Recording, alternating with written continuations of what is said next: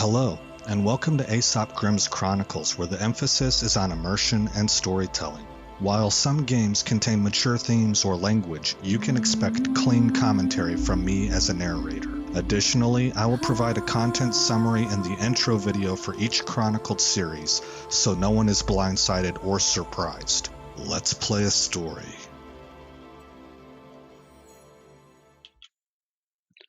Hello everybody, thanks for stopping by the channel. I am Aesop Grimm, and this is the intro video for a new chronicle. This will be the first chronicle for XCOM2, War of the Chosen. Now, I've already got a couple other chronicles XCOM related up on the channel.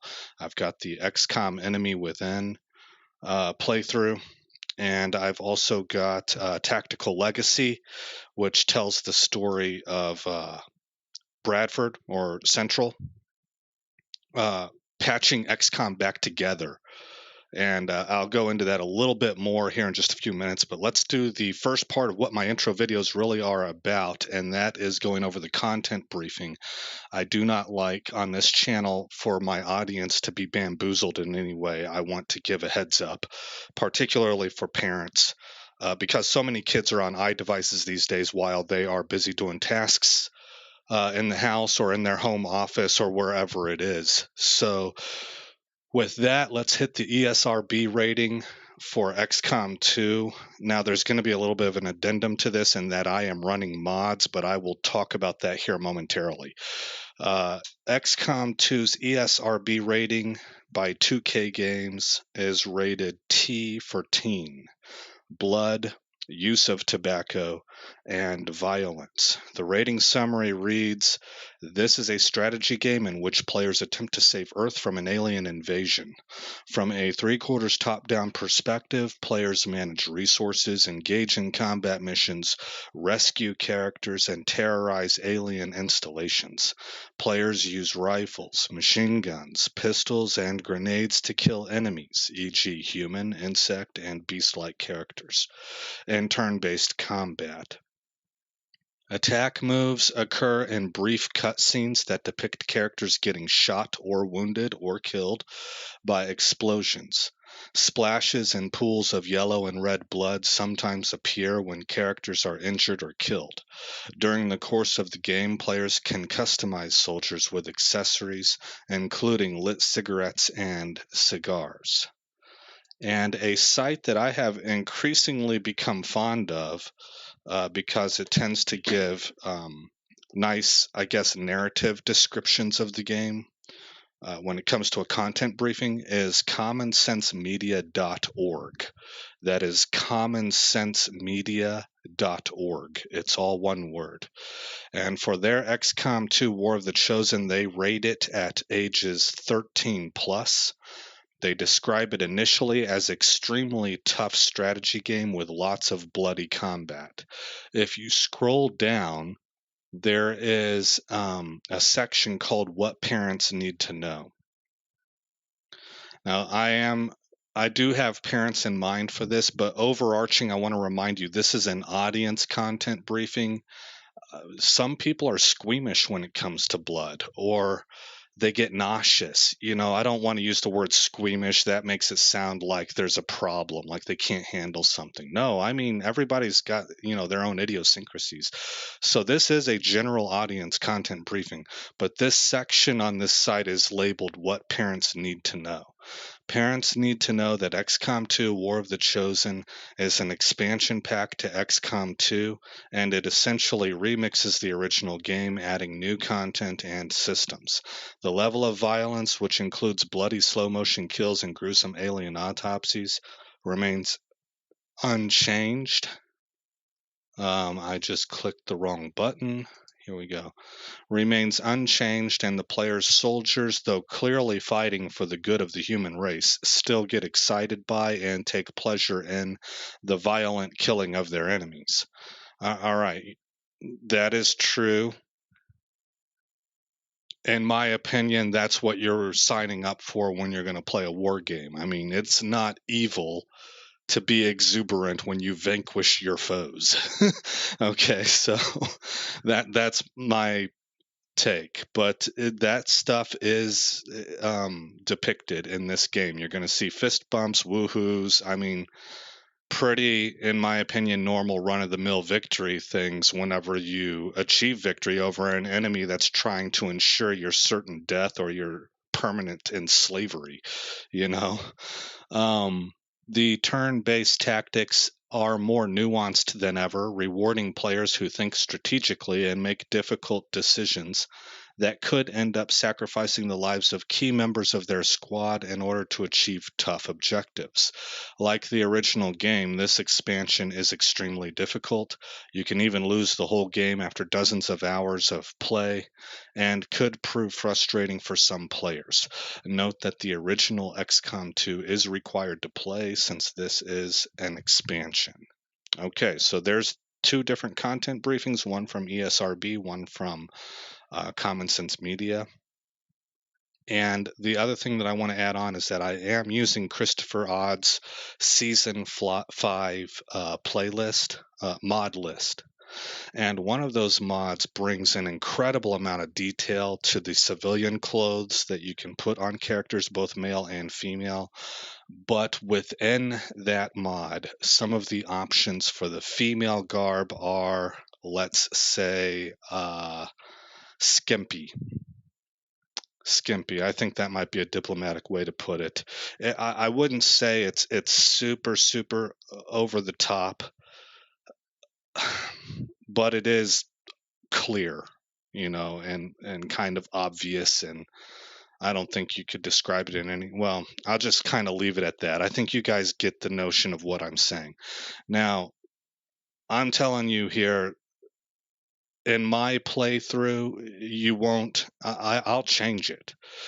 Okay, now we got to get into what my position is as a player. Okay, and as someone that's running this channel.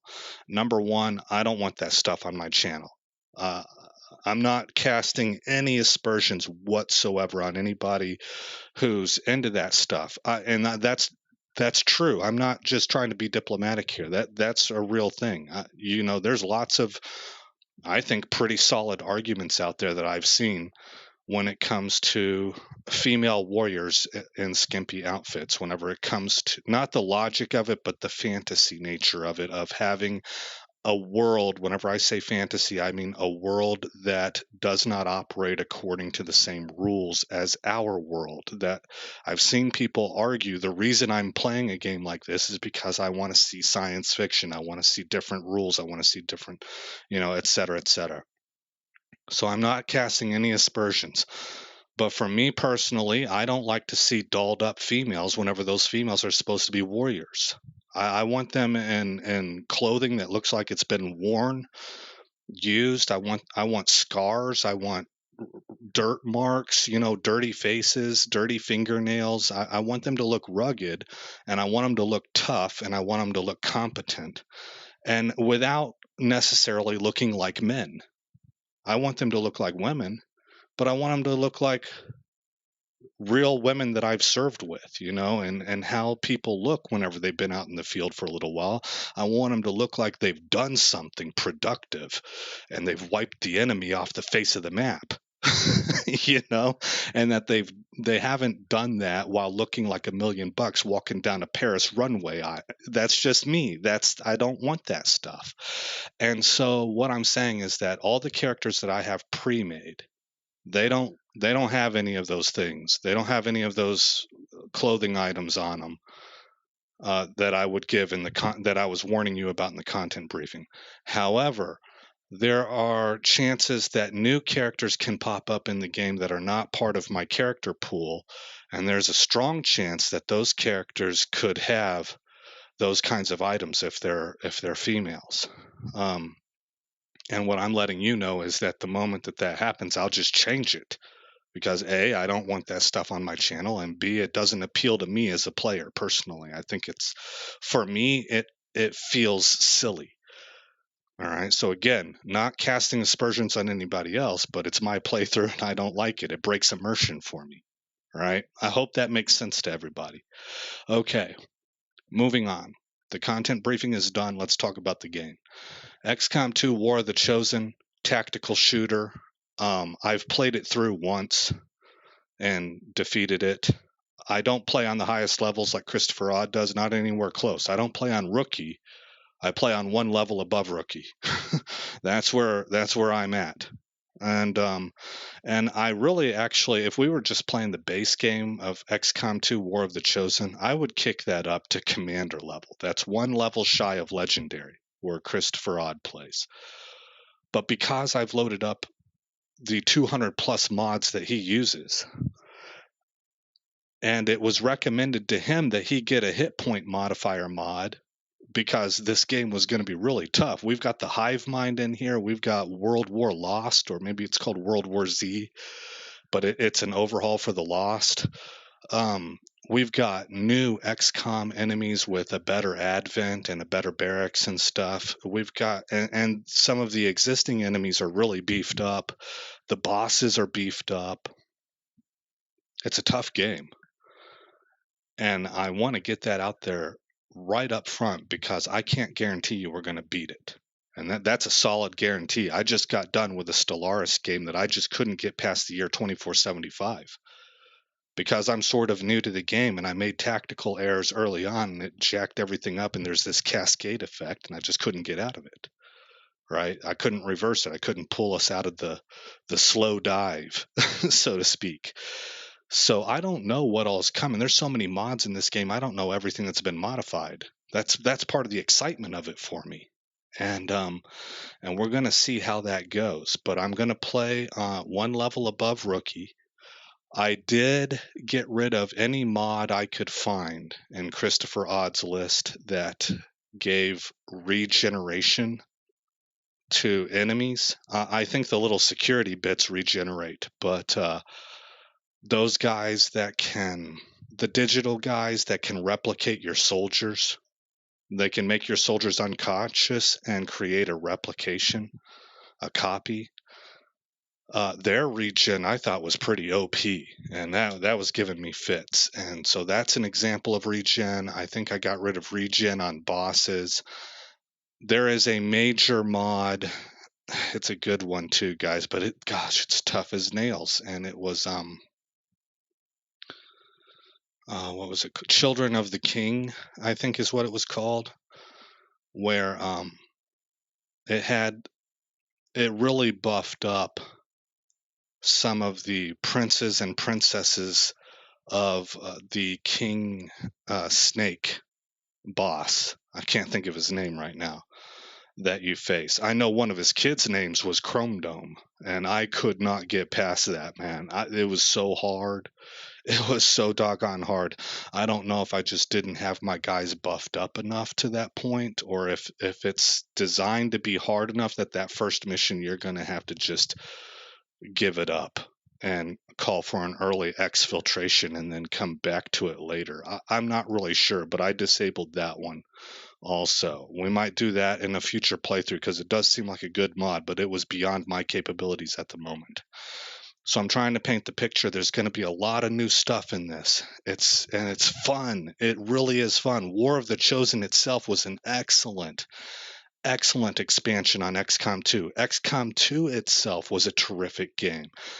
And then you had the War of the Chosen DLC, which really overhauled it and made it even more better. And then these mods here that ChristopherOdd put together for Season 5 make it absolutely a blast. This is an older game, and it is a lot of fun to play. So I want to let you guys know that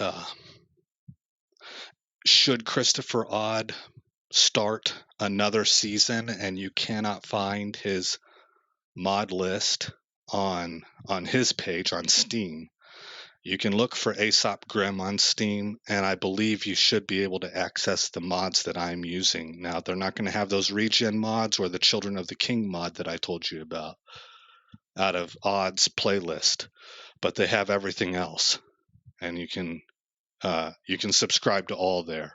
I believe. I'm not totally 100% familiar with how this works, but the last thing I want to go over is I'm going to start this game. Normally, I play 2 Chronicles at a time. I record 2 Chronicles at a time. I have I have companion chronicles going, and typically they're different genres too, because I like to use one game as sort of a change up, so I don't get burnt out, of one style of game. But in this case, I also have XCOM Chimera Squad, which just released a couple weeks ago. I've actually had it. I've been waiting to get into these series, but I had real world stuff come up, and I'm still busy with some of that real world stuff. So I just couldn't get to it right away, and I needed to wrap up the Stellaris series as well. But I've been wanting to get to XCOM2 since January. And so I'm going to start out just playing the XCOM2 game. The way XCOM2 opens up, it gets to use, we see some of those soldiers from the TLC playthrough that I've got recorded, except that I won't be playing the tutorial. So we actually won't see them. We just know that they are operating and doing their thing at the same time on Operation Gatecrasher, at the same time that we're doing our part of Operation Gatecrasher. But the opening scene, the opening movies here are pretty good. And then XCOM Chimera Squad, you may see that on the channel as the companion chronicle to this one here in a little while. I just kind of have to see what the workload's like and how we're doing on things with just this game alone. And with that, I think that'll wrap it up, guys.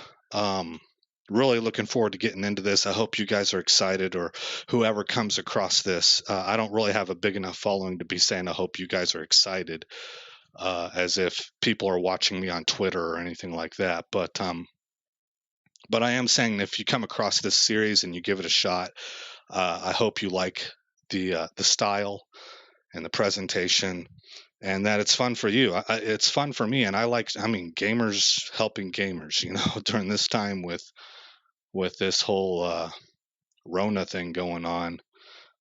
For one of the first times in a long time, we've got a lot of people in the same in similar boats, where a lot of people across the planet are kind of dealing with some similar circumstances, so we can all sort of relate to each other, and we're all a little bit cooped up right now. So hopefully this provides some entertainment. But I think I'll close it out on that, and I will see you guys in the next episode where this story begins. Thanks for visiting Aesop Grimm's Chronicles. If you've made it this far in the video, please consider rating, commenting, subscribing, and sharing. I hope to see you in the next episode, and until then, stay shiny.